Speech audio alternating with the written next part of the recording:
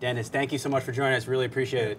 It's good to be with you. Thanks for the opportunity. Flew right into our office. Thank you so much. Yeah. I got to get some of the news day out of the way. I mean, there's so much to talk to you about: innovation, future, space, a lot of stuff. But news of the day: tariffs, EU. Does it have any impact to Boeing? Do you foresee any impact to Boeing? Well, we're keeping a close eye on it. We don't see any immediate significant impact. We're keeping a close eye on some of the metal tariffs. It's an important part of our supply chain, but not a material cost driver for us. And more broadly, the importance of trade relationships around the globe. Very important to us. Relationship with China in particular. And we remain hopeful that the U.S. and China are going to reach a conclusion that's productive for both countries. Do you envision you have to pass price increases? Are you at that point where you pass price increases onto your customers because of the aluminum, or how do you think about it? Well, in most cases, our material supply and our aluminum supply are things that we've hedged and built into our supply chain, so we have alternate sources of supply that help us control the costs. So we're hopeful that we won't have to pass those along, and that's why I think it's a manageable risk for our business. Gotcha. Talk us to the trade. Potential trade war, your relationship with China. Yeah. How does that impact your business? Has you seen any impact in your business? Well, it's an important relationship to us. So we look at the aerospace marketplace, commercial airplanes. The next 20 years, the world needs 41,000 new airplanes. 41,000. More than 7,000 of those are in China. And so we're doing well in China. Our Chinese airline customers are very important to us. We have a strong China supply chain as well. But it's also important for us to continue to grow jobs here in the U.S. And China is a big part of that. You know, about a third of the 737 aircraft that we build today go to China. We export about 70% of what we build at Boeing. 90% of those manufacturing jobs are here in the U.S. So in terms of creating trade surplus, creating manufacturing jobs in the U.S., we play an important role there, as well as helping China grow economically. So the whole China-U.S. relationship, very important to us, and we're hopeful that even though there's been talk of tariffs, that we'll find a solution in between. And I think the ongoing discussions between country leadership has been productive. It almost sounds there is a sense of, or there's a little bit of a resiliency. They need the planes, you make the planes, so despite all the trade war talk, they're maybe not be as bad as you would think. Yeah, there's clearly some mutual interests here, and while both sides have talked about trade wars and tariffs, none of those severe mechanisms have actually been put in place. And we think the ongoing discussions have been good. You know, we've heard the president's comments. Both President Trump and President Xi have made positive comments. I think the recent visit by Secretary Mnuchin and the team was productive.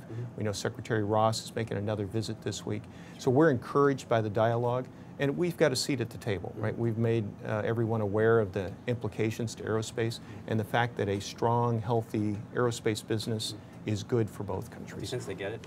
How important it is? I think they do. I think they do. And that's why I'm hopeful that we'll reach a productive solution for both countries. You know, we're going to help China grow economically. We're going to help satisfy the airlift needs there. Yeah. In the U.S., we're creating manufacturing jobs. We're helping to create trade surplus here in the U.S. Aerospace is the biggest trade surplus sector in the U.S. economy.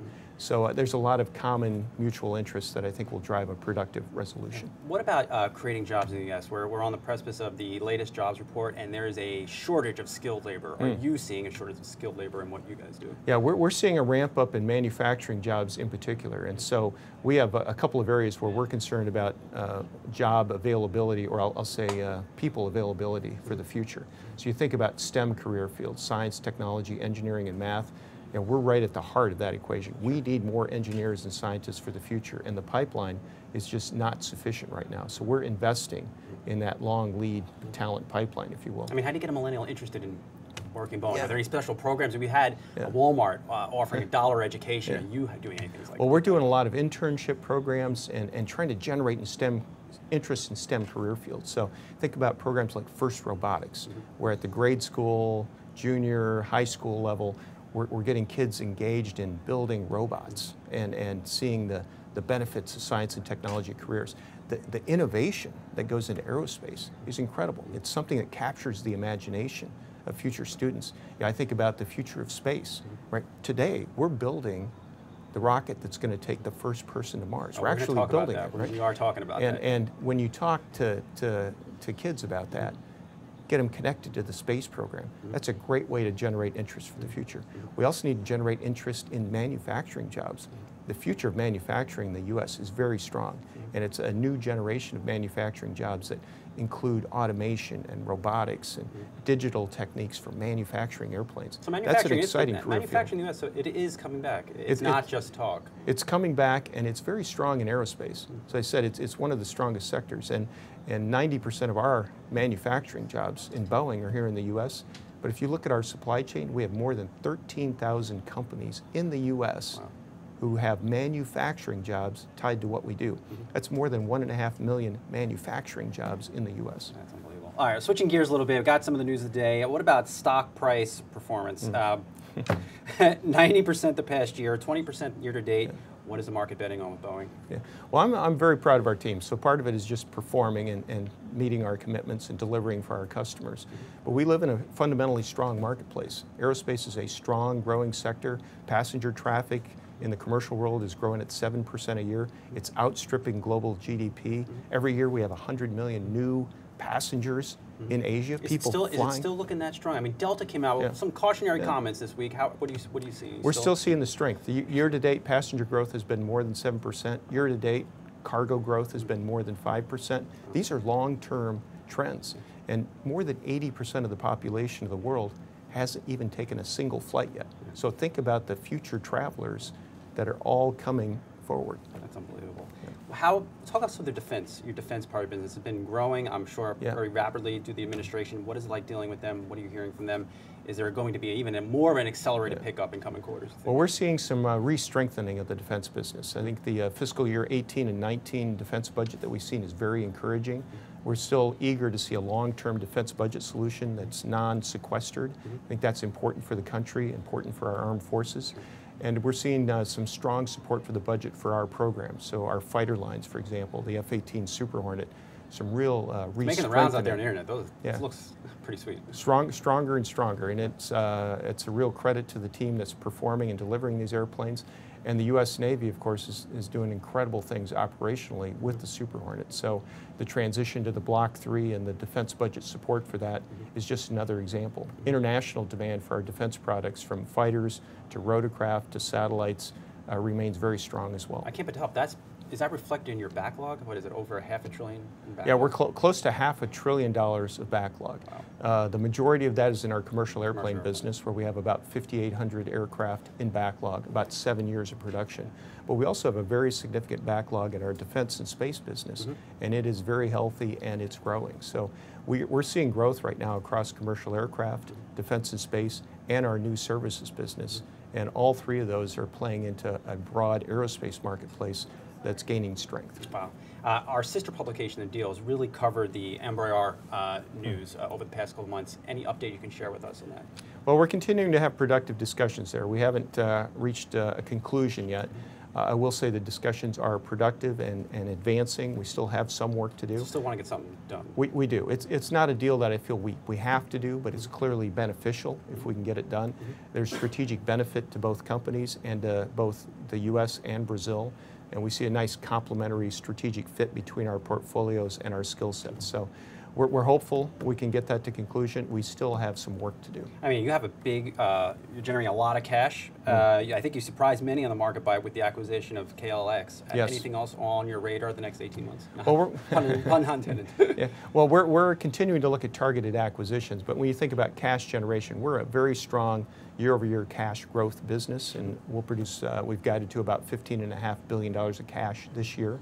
Our first priority for that cash is invest in organic growth, innovation for the future, and then returning value to shareholders, and then acquisitions is our third priority. KLX is a very nice strategic fit for us, and is a good example of that model where we use our cash deployment strategy to make an acquisition that augments our organic investment. Fascinating. Innovation. I was not going to let you leave here for not talking about innovation. How disruptive is autonomous to what Boeing does? Yeah. Well, it's a big part of the equation going forward. So the amount of innovation that we see going into aerospace today is greater than it's ever been in terms of new product innovations, new products we're bringing to the market, 737 MAX, the 777X, the 787 Dreamliner, the new TX trainer. Those are all good examples. But in the future, we're seeing even more innovation and disruption, autonomy being a big one. Autonomous airplanes for the future, which we already do in many cases for our defense and space customers. autonomous operations in the commercial world, perhaps in the cargo arena, perhaps in the personal urban taxi, urban mobility arena. Drones here, you're talking something even bigger. Yeah, well, it's bigger. So today we have a business that produces drones that support our military customers, and those come in a variety of sizes. We have an unmanned airplane in space called the X-37 that set new duration records. We're working on an unmanned underwater vehicle, a submarine, today that's serving customer needs there. We're at sea trials right now, so we have real hardware in the ocean. And then we're working on future urban mobility solutions, and things like personal flying taxis. Those will likely happen in the future. How far away? It's measured in years, within the decade, I would think. You see what's going on in the commercial airplane world today. We're innovating in the new products like the Dreamliner, but on top of that, we're looking at high-speed travel. Imagine a world in the future where you can connect any two cities in about 2 hours. That's going to happen. Think about urban mobility, personal flying taxis. That's going to happen. The technology hurdles are quickly coming down, and we're also working through regulatory questions and public acceptance of these new technologies. But autonomy is going to change our world in terms of how we travel and how we build airplanes, how we operate our factories. You just made every millennial's day talk about autonomous taxis. Take us to a hypersonic flight. I mean, the Concorde's not been around since 2003. We have some company called Boom Technology looking at Mach 2. What are you looking at? Is it the wave of the future? It's always been not looked at as economically viable. Yeah, it's a challenging business case, so it requires a next step function in the propulsion, the engine technology that goes into these airplanes. We're investing in that area as well. We're looking more at hypersonic, higher speed airplanes. What does that do? Mach 5, Mach 6 kind of 3,100 airplanes. miles per hour type of thing? You got it. And we just recently made a capital investment in a company called Reaction Engines, for example, that's investing in engine technology that operates in that speed range. We do think at some point it will become economically viable.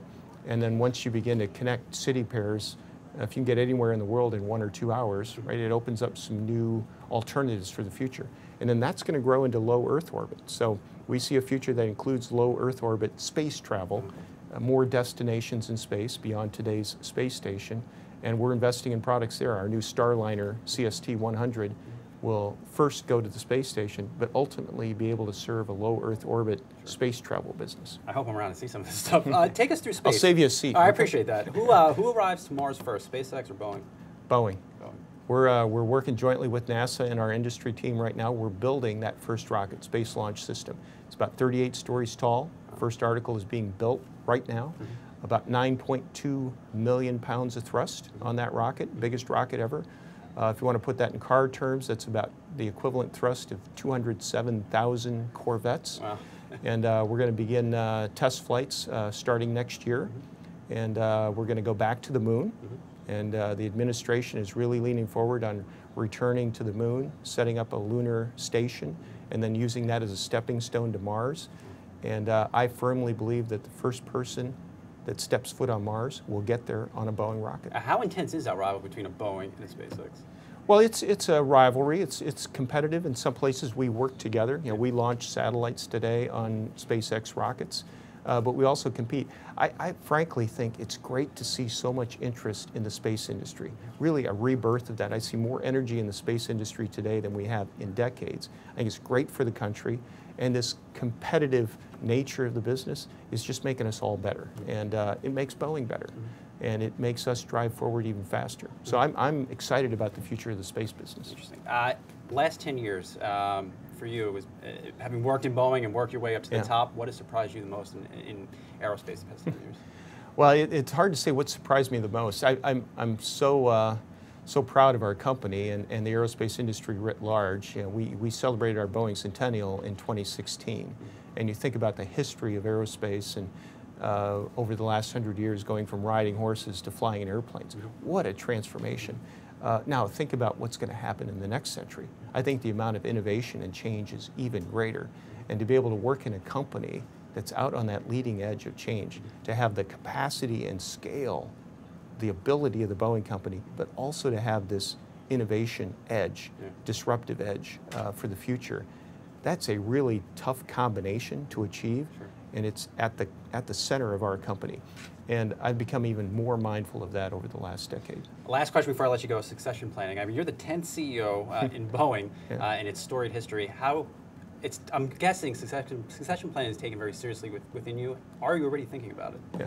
Well, it's something that we always think about. And I've had the privilege now of being in this position for coming on close to 3 years. I got a fantastic handoff from Jim McNerney. And he spent a lot of time with me. I learned a lot from him. And he invested a lot in a smooth transition, and it worked well, and I give him a ton of credit for that. And I have the same responsibility going forward. So when I think about my team and the people around me and investing in that team and drawing talent up through the pipeline, it's something that I spend a lot of time on as well. So it's a continuous process, and it's what makes Boeing great. Our company is great because of our people. Yeah. Phenomenal story. Dennis, thank you so much for coming down. We really appreciate it.